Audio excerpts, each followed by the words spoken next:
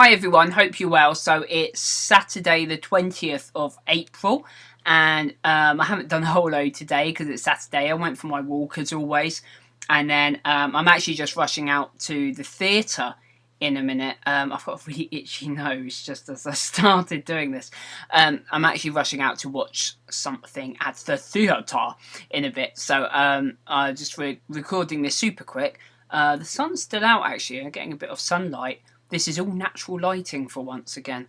It's always a bit better quality than any artificial lighting you can have because the sun's like ridiculously powerful.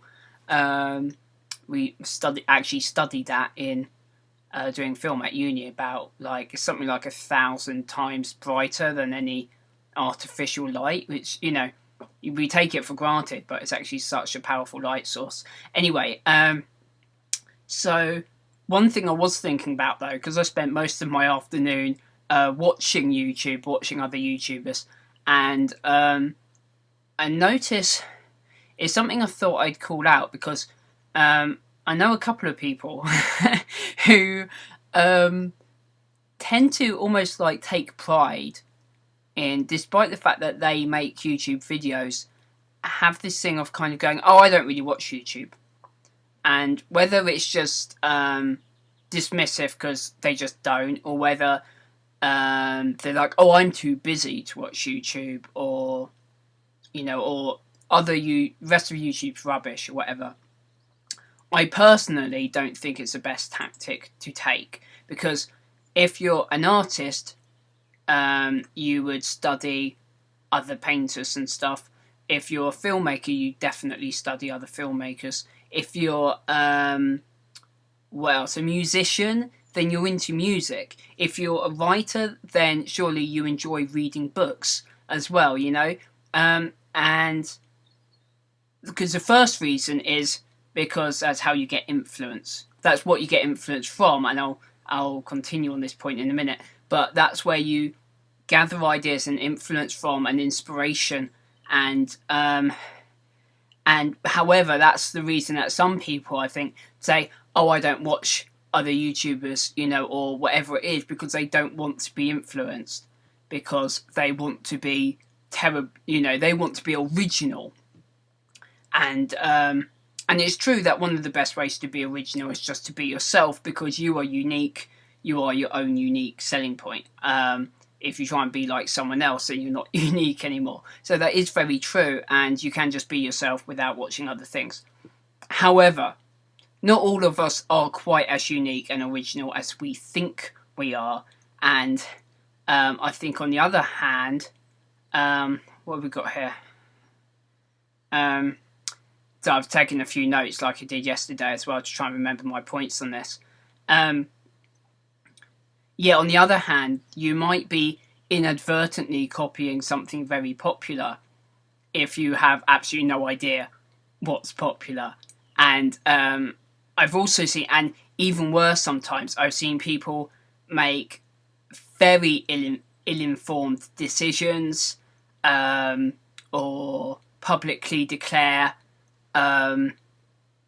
opinions and stuff that I think are going to come back to bite them in the butt, because they're not aware of wider context of subjects they're talking about. They might say something very blasé about a subject that actually a lot of people are pissed off about or something, and then that comes as a backlash. Rather than, if you're aware of what's going on around you, then you're less likely to do something stupid or to be seen to be bandwagoning on something. Even if you're not intending to, people might judge you because of a wider context that you're not aware of. So people might, and also that thing about originality, people might think you're copying something or bandwagoning when you don't even realise you're doing it. And at least if you realise you're doing it, you can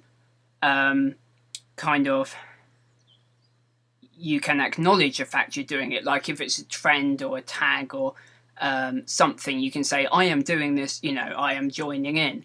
Whereas if you kind of inadvertently copy something, it sometimes looks worse because it looks like you're copying it without giving proper credit. But anyway, that's a very complicated issue. It sounds like it's something that would be unlikely to happen, but I think it's actually because it's just would be complete bad luck and chance if you accidentally copied something. But I think it's actually more likely than people realise. If you come up with a really good idea, especially if it's something that's based on something recent, there's a very high chance someone else has also come up with that idea. Anyway, I'm kind of going off on a tangent. Oh yeah, the other thing I wanted to say about wanting to be original, definitely the right way to go. But how do you know you're... It's kind of the same point. How do you know you're being original if you don't know what other people are doing?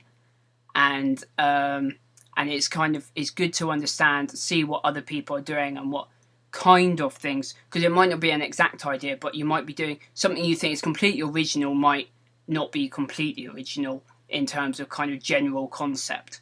Whereas other people, if you know what kind of things other people are doing, then you can only spot a gap in the market if you know what the market is, if you know what's already out there. And also, I think this kind of comes back to the comparison to other forms of things like writing and